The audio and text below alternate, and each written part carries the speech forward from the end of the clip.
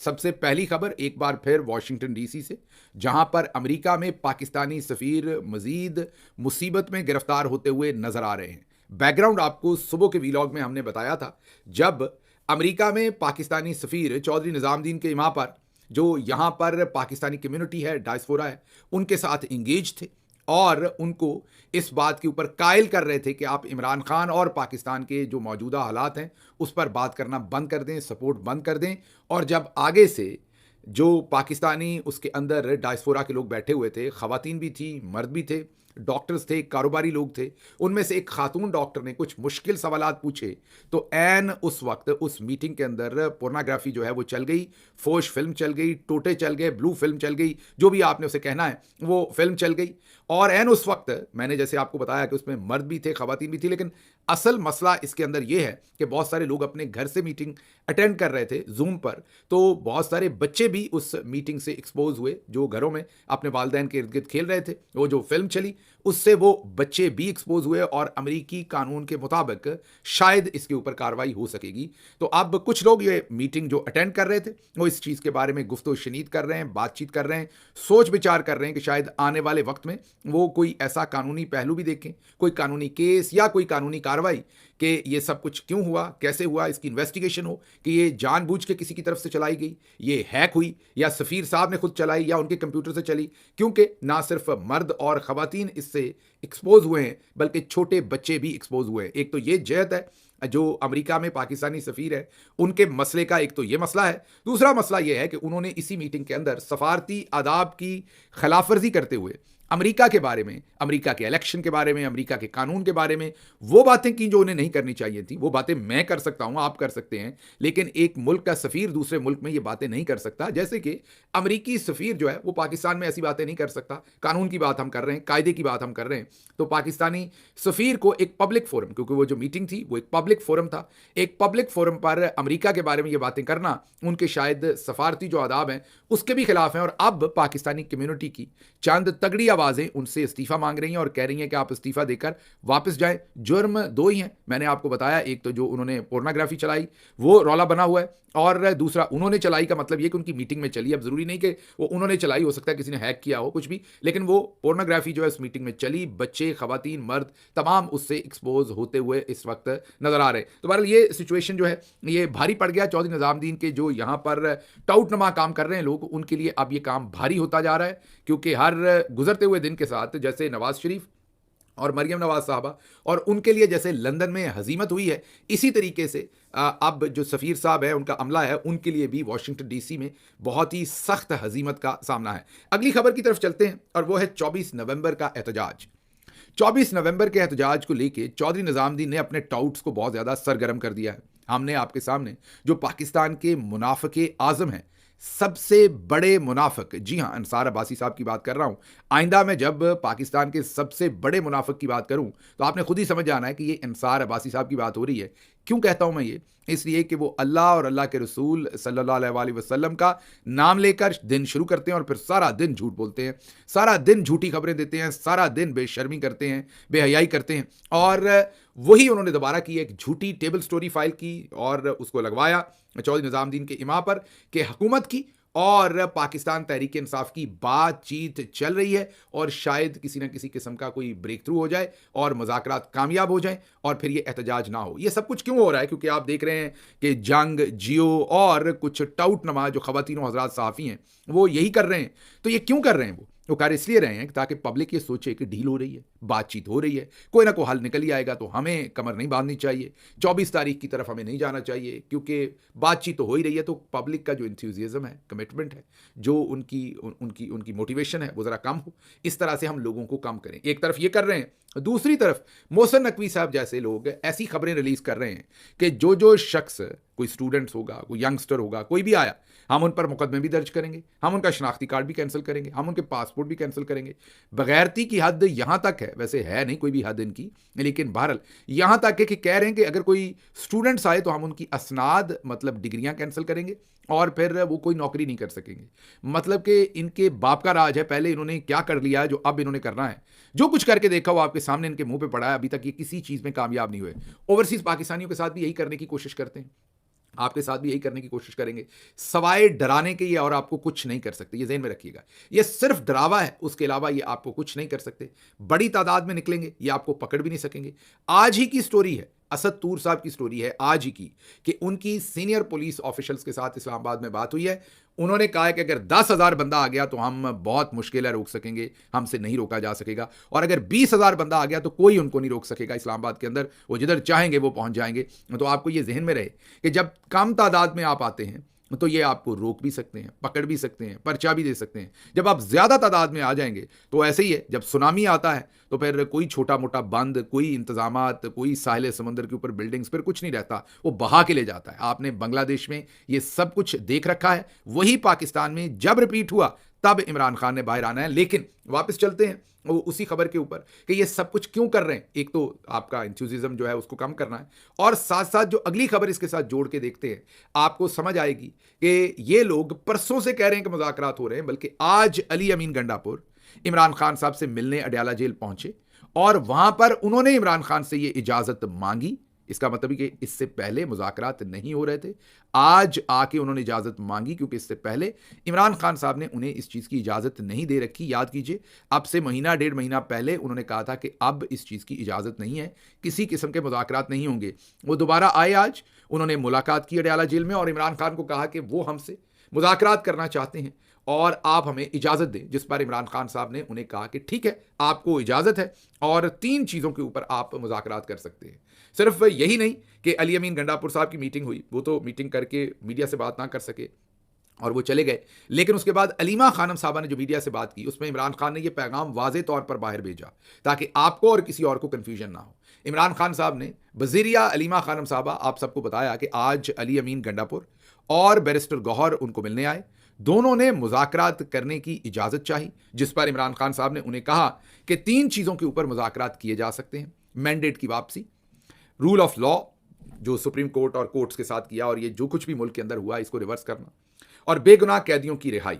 अगर वो 3 बातें मानते हैं, और थर्सडे तक का टाइम है, जुमेरात तक का टाइम है, उसके बाद मुज़ाकरात नहीं होंगे। अगर ये थर्सडे तक मानते हैं इन 3 चीज़ों को तो ठीक है, अगर ये नहीं मानते तो हमारा एहतजाज हर सूरत होगा। और उन्होंने ये कहा कि अगर ये मान भी लेते हैं थर्सडे को तो 24 तारीख को फिर जश्न होगा और उस पर भी पब्लिक आएगी। मतलब कि पब्लिक ने हर सूरत निकलना है, भले ये माने या ना माने। मैं अभी से आपको बता देता हूं कि ये कुछ नहीं मानेंगे, ये मेरा ज़ाती तज्जिया है, ये मेरा ज़ाती ख्याल है। जब तक आप निकलेंगे नहीं, आपका समंदर बाहर नहीं निकलेगा, ये कुछ नहीं मानेंगे। हाँ, हुज्जत तमाम कर लेनी चाहिए, थर्सडे तक की बात करने की बात की है तो कर लेनी चाहिए, 1-2 दिन है और कल का और परसों का दिन है, चलें बात करके देख लें। लेकिन मैं अभी से आपको बता देता हूं कि लातों के भूत बातों से नहीं मानते। इन्होंने जब तक पब्लिक ने बड़ी तादाद में बाहर नहीं निकलना, इन्होंने नहीं मानना। सिर्फ इनका मकसद एक है, ये टाइम गेन करना चाहते हैं, ये इंप्रेशन देना चाहते हैं कि बातचीत हो रही है। जैसे ही पब्लिक ये सोचती है कि बातचीत हो रही है तो पब्लिक का जो गुस्सा होता है या एंग्जाइटी होती है वो कम होती है और उसी में ये पनपते हैं, उसी में ये फ़ायदा लेते हैं। इसलिए ये जो पैगाम इन्होंने भेजा है, ये दोबारा समझिएगा, पहले इन्होंने मीडिया के अंदर खबरें लगवाई, उससे मामला हल नहीं हुआ, तो फिर इन्होंने धमकियां लगाई कि हम असनाद कैंसिल कर देंगे, हम ये, उससे भी इनको मसला हल होते हुए नहीं नजर आया। फिर ये भागकर अली अमीन गंडापुर साहब और बैरिस्टर गौहर के पास गए होंगे, उन्हें कहा होगा हम मुज़ाकरात करना चाहते हैं। वो गए, उन्होंने इमरान खान साहब से कहा कि ये मुज़ाकरात करना चाहते हैं। इमरान खान साहब ने कहा ठीक है, ये 3 बातें बात कर लीजिए, जुमेरात तक हो जाती है तो ठीक है, नहीं होती तो फिर हर सूरत मुज़ाहरा करना है। तो आपने अब के बाद इस बात के ऊपर कान नहीं धरना। जो आपको ये कहेगा कि मुज़ाकरात हो रहे हैं, वो कहेगा कोई मुज़ाकरात जो हो रहे हैं वो आपके सामने जुमेरात तक, उनमें से कुछ नहीं निकलना, आपको एहतजाज ही करना पड़ना है और उसकी आपको हर सूरत तैयारी करनी चाहिए। आज इमरान खान साहब ने army chief general Asim Munir साहब का शुक्रिया भी अदा किया है। ये अलीमा खानम साहबा ने बताया कि army chief general Asim Munir साहब का इमरान खान ने खसूसी शुक्रिया अदा किया है। और वो किस चीज़ पे किया है? वो इस चीज़ पे किया है कि जो नज़रियाती लोग नहीं थे, जो लोग कमिटेड नहीं थे, आप उन सबको पाकिस्तान तहरीक इंसाफ से ले गए। आपका बहुत शुक्रिया, आपने पार्टी साफ़ कर दी, आपने पार्टी के अंदर फ़िल्टर लगा दिया, हम आपके बहुत ही शुक्रगुजार हैं। तो बहरहाल ये आज इमरान खान साहब की जो बातचीत थी मेनली वो यही थी कि ये 3 चीज़ें जब तक होंगी तभी तक बात आगे बढ़ेगी, अगर नहीं होगी तो फिर मामला जो है वो आगे नहीं बढ़ सकेंगे। इमरान खान साहब ने एक और पैगाम भी कौम को दिया है कि मैंने आपको 2 दफ़ा पुकारा। पहली दफ़ा मैंने आपको पुकारा था 8 फरवरी को कि आपने बाहर निकलना है और मेरी खातिर आपने निकल के हर सूरत वोट डालना है। आप निकले, आपने वोट डाला और आपने देखा कि चौधरी निज़ामुद्दीन का फिर क्या हशर हुआ और क्या हाल हुआ, और आज तक अपने ज़ख्म चाटने पड़ रहे हैं। जो ज़ख्म आपने 8 फरवरी को दिए थे, जो हज़ीमत आपने इनके मुकद्दर में लिखी थी, वो आज तक ये छुपाते फिर रहे हैं। इमरान खान ने कहा है कि अब मैं आपको दूसरी बार निकलने की बात कह रहा हूं, इससे पहले मैंने ज़ाती अपील आपसे नहीं की, 8 फरवरी को की थी, अब दोबारा कर रहा हूं कि 24 तारीख को आपने हर सूरत निकलना है। अब पूरी दुनिया के अंदर भी इसी तरीके से मुजाहरे प्लान हो रहे हैं। मैं आपसे एक एक करके शेयर करूंगा, क्योंकि सारे मुल्कों का एक ही दफ़ा से शेयर नहीं कर सकता। मुझे इंग्लैंड से जो हमारे दोस्त हैं, उन्होंने भी भिजवाया है अपना जो पूरा इंतज़ाम है, वो भी वहाँ पर भी मुजाहरा इंग्लैंड के अंदर भी करने जा रहे हैं। उसके बाद उसके साथ साथ स्पेन से दोस्तों का पैगाम आया है, भट्टी साहब वगैरह ने वहाँ से मुझे भेजे हैं अपने सारे, मलिक शहबाज साहब ने और दूसरे दोस्तों ने, कि बार्सिलोना और स्पेन, वहाँ पर भी वो अपने मुजाहरे कर रहे हैं। इसी तरीके से जो हमारी दूसरी टीमें हैं पूरे यूरोप में, वो भी अपनी अपनी जगह पर इस वक्त प्लान कर रही हैं। ये जो 24 नवंबर है, कोई 23 को करेगा, कोई 24 को करेगा, एहतजाज हो रहे हैं। अमेरिका में भी इसी सिचुएशन में एहतजाज होने जा रहे हैं, बहुत सारी जगहों पर होंगे, और जो मेन एहतजाज होगा उसमें मैं भी हाजिर हूँगा अमेरिका के अंदर, न्यूयॉर्क में। हमारे अमजद नवाज साहब और दूसरे दोस्त जो हैं वो उसको ऑर्गेनाइज कर रहे हैं। ये 23 तारीख को करेंगे हम। ये मेन बड़ा एहतजाज होगा और ये टाइम स्क्वायर पर होगा। तो जो मरकज़ी हमारा एहतजाज होगा वो न्यूयॉर्क में टाइम स्क्वायर पर होगा, उसमें ज़रूर तशरीफ़ लाइए। और 23 तारीख को हम ये एहतजाज कर रहे हैं, इसकी इन्फॉर्मेशन आपको स्क्रीन पर भी दिखा रहे हैं। आपसे वहाँ पर मुलाकात होगी अगर आप तशरीफ़ लाएंगे, ताकि हम इकट्ठे मिलकर वहाँ से आवाज़ उठाएं। पाकिस्तान में जो कुछ हो रहा है उसके खिलाफ, जो जमहूरियत के खिलाफ हो रहा है, रूल ऑफ लॉ के खिलाफ हो रहा है, और इमरान खान के हक़ में। अच्छा जी, अगली खबर जो आपके सामने रखनी है वो ये खबर रखनी है कि जो खैबर पख्तूनख्वा के से नामालूम जो अफराद हैं उनको डाले वालों की धमकी दे रहे हैं। उमर चीमा साहब कह रहे हैं कि जिस तरीके से पहले पंजाब में फस्तायत मचाई गई है, लोगों को जिस तरीके से मारा गया है, तशद्दुद किया गया है, वही काम अब केपी में करें तो फिर बात बननी है। उमर चीमा साहब ये हैं तो वो एक सहाफ़ी, लेकिन आपको पता ही है कि नाम के सहाफ़ी हैं। सहाफ़ी होते तो इस तरह की हरकतें तो ना करते। वो अब टेलीविज़न पर बैठ के मशवरा दे रहे हैं कि जैसे राणा सनाउल्लाह ने 25 मई 2022 को जो जुल्म किया था, उसी तरह का जुल्म जो है वो आप कीजिए, और खैबर पख्तूनख्वा में कीजिए जैसा जुल्म उन्होंने पंजाब में किया था। अच्छा, राणा सनाउल्लाह तो ज़ाहिर इस्तेमाल हुए थे और बड़े शौक से इस्तेमाल हुए थे, मूँछों को ताव दे के। पीछे तो चौधरी निज़ामुद्दीन ही वो सारी फस्तायत करवा रहे थे तब भी, वरना पुलिस वाले अकेले राणा सनाउल्लाह के कहने पे कोई इक्का दुक्का पुलिस वाला ज़मीर फरोश होगा जो ये काम करेगा। ओवरऑल मसला सिर्फ वो बहावल नगर वाला मामला है। कुटते हैं वो बहुत ज़्यादा, मारते बहुत हैं, इसलिए पुलिस वाले भी डरते हुए फिर ये सारी फस्तायत करते हैं। लेकिन अब उमर चीमा का राणा सनाउल्लाह मॉडल नाफिज करने का मशवरा है कि KPK के अंदर नाफिज किया जाए। अगली तरफ आते हैं जी, जो इस्लामाबाद के कैदी जेल के अंदर हैं, उनके ऊपर जो ये पाबंदी लगाना चाहते हैं कि वो सियासी गुफ्तगू ना करें, उसमें हुकूमत को एक दफ़ा फिर हजीमत हुई है।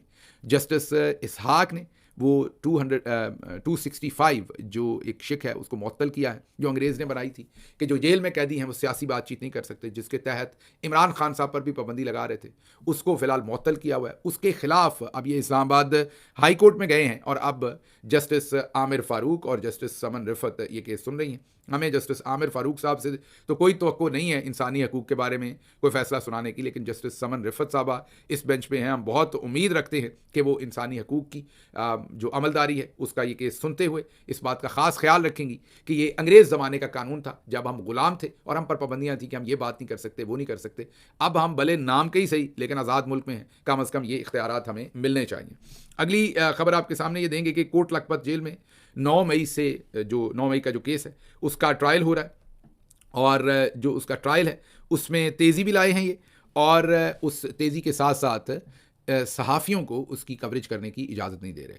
जज अरशद साहब ने आज इजाज़त दी तो जो कोट लखपत के डिप्टी सुपरिटेंडेंट थे वही गायब हो गए। जो सुपरिटेंडेंट जेल वगैरह थे उन्होंने सहाफ़ियों के साथ रब्ता ही नहीं किया। सहाफ़ी बाहर खड़े रहे, घंटों इंतज़ार करते रहे कि कोई आएगा, किसी से उनकी बातचीत होगी और उनको अंदर जाने दिया जाएगा और ट्रायल की वो कवरेज कर सकेंगे, लेकिन उन्हें आज भी अंदर जाने नहीं दिया गया, ट्रायल की कवरेज नहीं करने दी गई। दूसरी तरफ उस ट्रायल को बड़ी तेज़ी से चलाया जा रहा है क्योंकि उसके अंदर भी लोगों की कन्विक्शन करने का दिल है, और वो ट्रायल जो है वो अब कोट लखपत जेल में, इसमें बहुत सारी ख़वातीन भी हैं इस केस के अंदर बहुत सारी मेन लीडरशिप भी है। लेकिन दूसरी तरफ आपको हमने बैकग्राउंड बता रखा है कि किस तरीके से तमाम जो अदालतें थीं, शब कदर हो, मालाकंड हो, पेशावर हो, सरगोदा हो, इन तमाम अदालतों ने उठा के इन केसेस को बाहर फेंक दिया है क्योंकि इनके बारे में किसी किस्म की कोई इंफॉर्मेशन जो है वो सामने है नहीं। अच्छा जी, जो हालात चल रहे हैं इस टाइम चौधरी निज़ामुद्दीन के जितना उनके ऊपर प्रेशर है वो अमेरिका में आपने देख लिया सफ़ीर साहब, क्योंकि उन्हीं के वहाँ पर काम कर रहे हैं, तो जो वहाँ पर इन्होंने फोश फिल्म चला दी है और टोटे चला दिए मीटिंग के अंदर। ये जाहिर है कि एक पूरे के पूरे प्रेशर में ये हो रहा है। उधर ये झूठी खबरें लगवा रहे हैं कि मुज़ाकरात हो रहे हैं और कामयाब हो जाएंगे और कुछ नहीं हो जाए, और कभी धमकी लगा रहे हैं कि ये कैंसिल कर देंगे वो कैंसिल कर देंगे। तो अभी आप निकले नहीं हैं और उससे पहले इनका ये आलम है। अगर आप निकल पड़े, मैं बार बार कह रहा हूँ, अगर आप निकल पड़े, जो कि आपको निकलना होगा और निकलना चाहिए, लेकिन अगर आप निकल पड़े तो यकीन कीजिए ये सब कुछ 2 घंटे की मार है, इससे ज़्यादा ये मामला नहीं होगा। मुझे यहाँ से इजाज़त दीजिए। अल्लाह आपका हामी और नासिर हो। पाकिस्तान जिंदाबाद।